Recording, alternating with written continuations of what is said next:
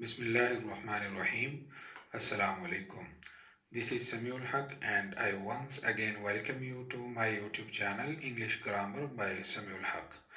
Students last lecture में हमने word के बारे में पढ़ा था। आज के लेक्चर में हम सेंटेंस के बारे में पढ़ेंगे कि सेंटेंस किसको कहते हैं और सेंटेंस कितने पार्ट्स पर मुश्तमिल होता है, कौन से पार्ट जो हैं वो कंपलसरी हैं और कौन से ऑप्शनल हैं। सबसे पहले हम सेंटेंस की डेफिनेशन पढ़ते हैं, उसके बाद बाकी तफसील। सेंटेंस कहते हैं a group of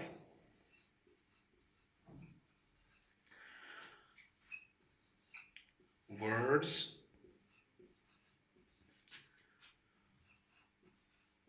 which makes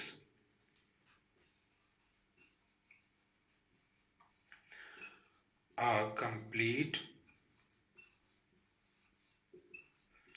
sense।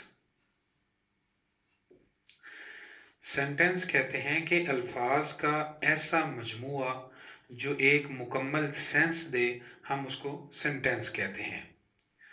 लेकिन अगर अल्फाज का मजमुआ हो, वो एक प्रॉपर सेंस ना दे, हम उसको सेंटेंस नहीं कहेंगे। एग्जाम्पल से इस बात की वजाहत करते हैं। For example, that is my car. ये एक सेंटेंस है, क्यों? ग्रुप ऑफ वर्ड्स है और ये एक कंप्लीट सेंस भी दे रहा है। दैट एक वर्ड है, इज एक वर्ड है, माई एक वर्ड है, कार एक वर्ड है। ये वर्ड्स का ग्रुप है और एक मुकम्मल सेंस दे रहा है। वो क्या है कि वो मेरी कार है। तो इसको हम क्या कहेंगे? सेंटेंस कहेंगे। लेकिन अगर हम इसको उलट कर दें, कार इज दैट माई, इस सूरत में अगर ये अल्फाज का मजमुआ है लेकिन एक प्रॉपर सेंस नहीं दे रहा, इस वजह से हम इसको सेंटेंस नहीं कहेंगे। सेंटेंस हम उसको ही कहेंगे कि जो अल्फाज का मजमुआ हो और एक मुकम्मल सेंस दे। अल्फाज का मजमुआ हो लेकिन प्रॉपर सेंस न दे, हम उसको सेंटेंस नहीं कहेंगे। ये सेंटेंस होगा और ये सेंटेंस नहीं होगा। अब हम चलते हैं सेंटेंस के पार्ट्स की तरफ। सेंटेंस के 3 पार्ट्स होते हैं।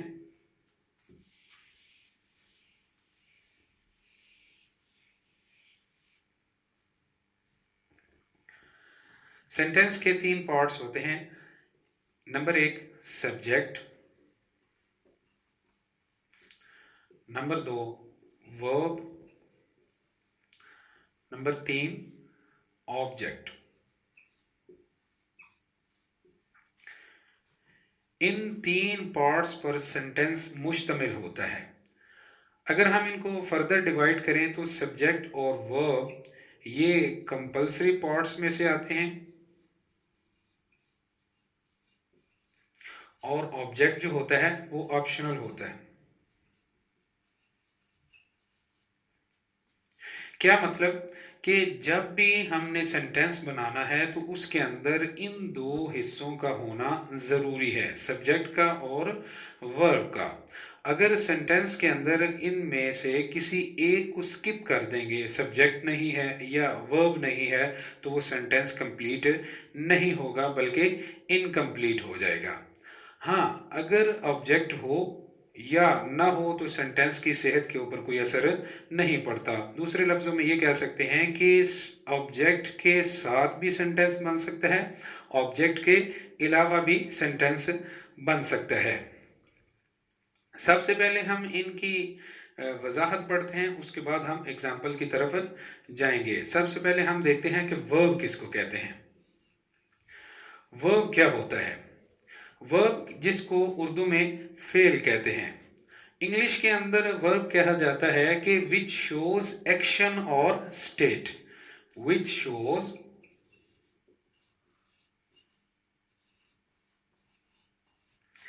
एक्शन और स्टेट, ये होता है वर्ब। वर्ब कहते हैं कि जो किसी एक्शन को जाहिर करे या किसी स्टेट को, किसी हालत को जाहिर करे, हम उसको क्या कहते हैं? वर्ब कहते हैं। इस डेफिनेशन को देखते हुए वर्ब की दो कैटेगरी बन जाती हैं। एक वो वर्ब के जो एक्शन को शो करने वाला हो, और एक वो जो एक्शन को शो नहीं करता बल्कि किसी हालत को, किसी स्टेट को जाहिर करता है। तो इसलिए हम जो एक्शन को शो करने वाले वर्ब हों उनको हम डूइंग वर्ब कहते हैं, और जो एक्शन को शो करने वाले ना हो बल्कि वो स्टेट को शो करें, हालत को शो करें, उनको हम बीइंग वर्ब कहते हैं।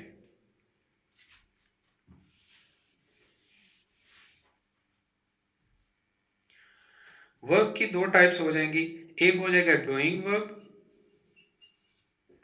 एक हो जाएगा being verb.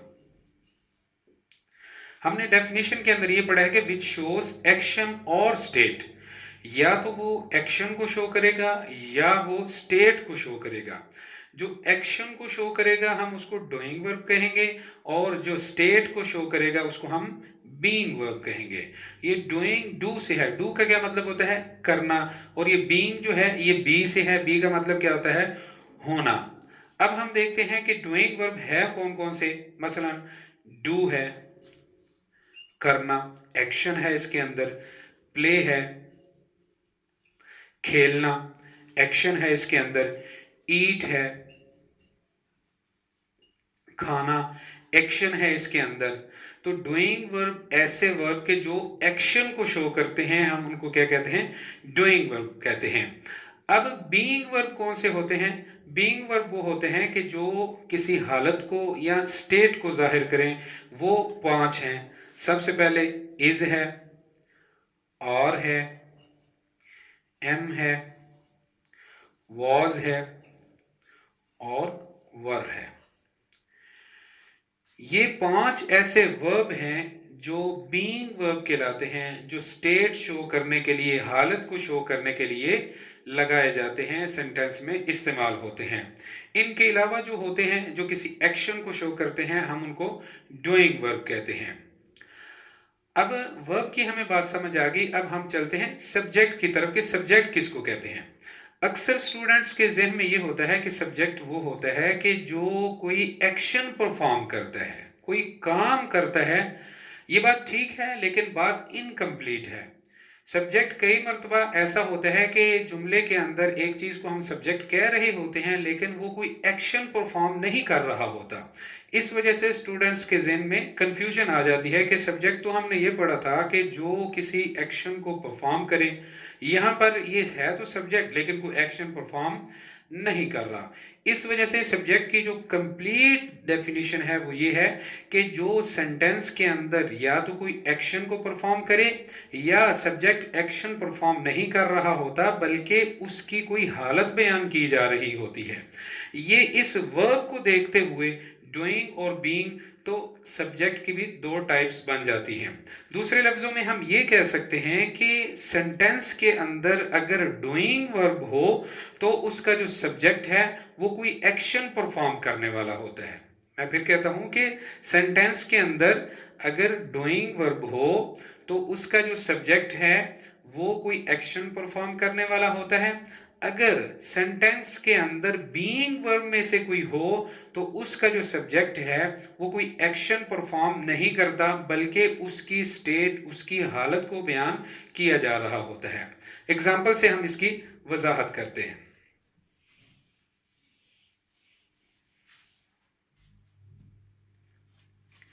He eats apples.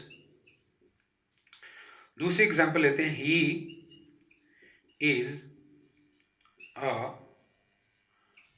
Good boy. अब इसके अंदर सबसे पहले हम देखते हैं कि वर्ब कौन कौन से हैं। इस सेंटेंस के अंदर ये वर्ब है और इस सेंटेंस के अंदर ये वर्ब है।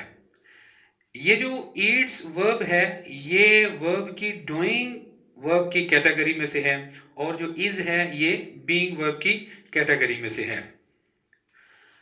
अब ही इसके अंदर और ही इसके अंदर ये दोनों सब्जेक्ट्स हैं। ही ईट्स एप्पल्स वो सेब खाता है। और इसके अंदर ये है he is a good boy, वो एक अच्छा लड़का है। इसके अंदर ही जो है, इसका जो वर्ब है इस सेंटेंस का, ये डूइंग वर्ब में से है। इस वजह से इसका जो सब्जेक्ट है ये कोई एक्शन परफॉर्म कर रहा है, जबकि ये इस सेंटेंस के अंदर जो इज है ये बीइंग वर्ब की कैटेगरी में से है। इस वजह से इसका जो सब्जेक्ट है ये कोई एक्शन परफॉर्म नहीं कर रहा, बल्कि इस सब्जेक्ट की हालत को बयान किया जा रहा है। ही इज, वो है क्या, अ गुड बॉय, वो एक अच्छा लड़का है। ये सब्जेक्ट तो है लेकिन कोई एक्शन परफॉर्म नहीं कर रहा। इस वजह से, क्योंकि मैंने ये कहा था कि सेंटेंस के अंदर अगर वर्ब जो है वो बीइंग वर्ब की कैटेगरी में से हो तो उसका जो सब्जेक्ट है वो कोई एक्शन परफॉर्म नहीं करता, बल्कि उस सब्जेक्ट की उसके अंदर हालत बयान की जा रही होती है। जबकि सेंटेंस के अंदर अगर डूइंग वर्ब में से कोई वर्ब हो तो उसका जो सब्जेक्ट है वो एक एक्शन को परफॉर्म करता है। अब ये कंफ्यूजन स्टूडेंट्स आपकी दूर हो गई होगी। मैं फिर बात दोहरा देता हूं कि अगर सेंटेंस के अंदर डूइंग वर्ब में से हो तो उसका जो सब्जेक्ट है वो कोई एक्शन परफॉर्म करने वाला होता है, जबकि सेंटेंस के अंदर बीइंग वर्ब में से कोई हो तो उसका जो सब्जेक्ट है वो कोई एक्शन परफॉर्म नहीं करता, बल्कि उसकी वजाहत की जा रही होती है, उसकी स्टेट बयान की जा रही होती है, उसकी हालत को बयान किया जा रहा होता है। अब हम चलते हैं ऑब्जेक्ट की तरफ के ऑब्जेक्ट किसको कहते हैं। ऑब्जेक्ट कहते हैं कि action is done on it. ये ऑब्जेक्ट की डेफिनेशन है कि जिसके ऊपर कोई काम वाक़ होता है, जिसके ऊपर कोई काम वाक़ हो उसको हम क्या कहते हैं, ऑब्जेक्ट कहते हैं। एग्जाम्पल लेते हैं, ही ईट्स एप्पल्स। अब इसके अंदर ही क्या है, सब्जेक्ट है। ईट्स क्या है, ये वर्ब है। एप्पल्स क्या है, ये ऑब्जेक्ट है। क्यों ऑब्जेक्ट है, हमने ये डेफिनेशन पढ़ी है कि action is done on it, जिसके ऊपर कोई काम वाक़ हो, कोई एक्शन हो उसके ऊपर, उसको हम क्या कहते हैं, ऑब्जेक्ट कहते हैं। अब ईटिंग का जो एक्शन है वो एप्पल्स के ऊपर हो रहा है। कौन, वो खाता है सेब। अब खाया किन को जा रहा है, वो एप्पल्स हैं, इस वजह से ऑब्जेक्ट कहलाए। तो एक्शन जिसके ऊपर हो उसको हम क्या कहते हैं, ऑब्जेक्ट कहते हैं। स्टूडेंट्स, लास्ट में एक बात है कि ही इज